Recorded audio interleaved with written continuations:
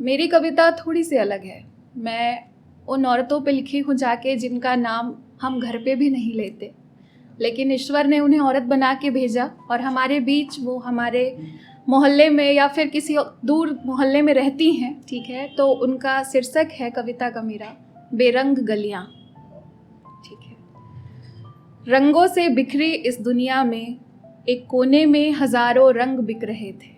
रंगों से बिखरे इस दुनिया में एक कोने में हज़ारों रंग बिक रहे थे। कुछ हरे थे, कुछ काले थे, कुछ तो बड़े ही अजीब दिख रहे थे।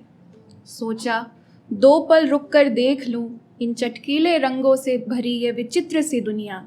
तभी पीछे से आवाज़ आई, वापस लौट जाओ मैडम, आगे बंद हैं सारे रास्ते और गलियां। क्योंकि ये वो रास्ते हैं जहां हम जैसी लड़कियां नहीं जा सकती, लेकिन वहां रहती औरतें ही हैं। पर फिर भी उसकी बातों को नज़रअंदाज कर उन तंग गलियों में मैं आगे बढ़ती गई। कुछ दूर पर मैंने देखा रंगों के बाजार लगे थे। कुछ दूर पर मैंने देखा रंगों के बाजार लगे थे। मर्दों से मिलते जुलते कुछ तो बड़े ही अजीब किस्म के ज़ात खड़े थे। किसी से सुना ये खरीदार हैं शहर के, किसी से सुना ये खरीदार हैं शहर के, अपने लिए रंग खरीदते हैं ये इन औरतों के 2 गज वाले इस बिस्तर से। इन दबी अटकी गलियों में सुना है कभी रात नहीं होती। इन दबी अटकी गलियों में सुना है कभी रात नहीं होती।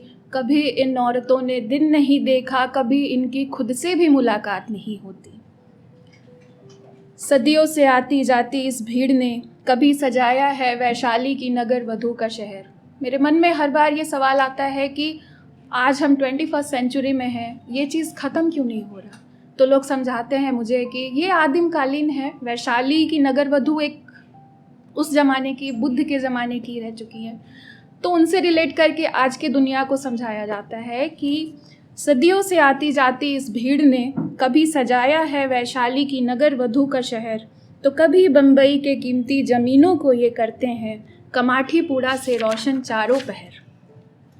सुना है ये रंग आगे यूं ही सजते रहेंगे, सुना है ये रंग आगे यूं ही सजते रहेंगे। आगे भी बिस्तर बिछाए जाएंगे, आगे भी दावत यूं ही बढ़ते रहेंगे। क्योंकि जब तक ये जिस्म है, क्योंकि जब तक ये जिस्म है तब तक इस जिस्म का अपना एक स्वाद होगा। इस स्वाद के करोड़ों शौकीन होंगे, इन शौकीनों का दर बदर अपना बाजार होगा।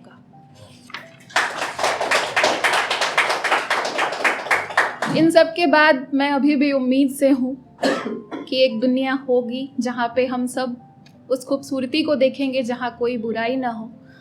तो मैं लिखती हूँ कि कौन सा घर पूछूँ मैं तुमसे, कौन सा घर पूछूं मैं तुमसे, कौन सी राहें मांग लूं।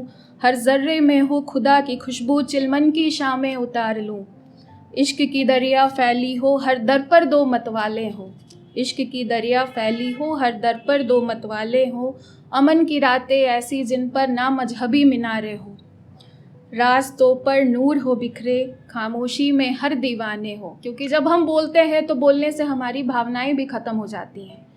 तो खामोशी में रहे, प्रेम में रहे, कोई मजहब ना हो, बस एक संतोष हो कि हम खुश हैं जीवन से।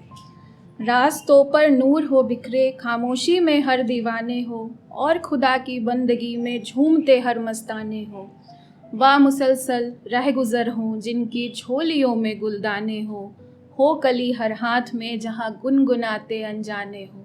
आप जिनसे भी मिले उनमें अपने आप को पा लिया है, वो खुद में गुनगुना रहे हो। इससे सुंदर दुनिया और क्या हो सकती है।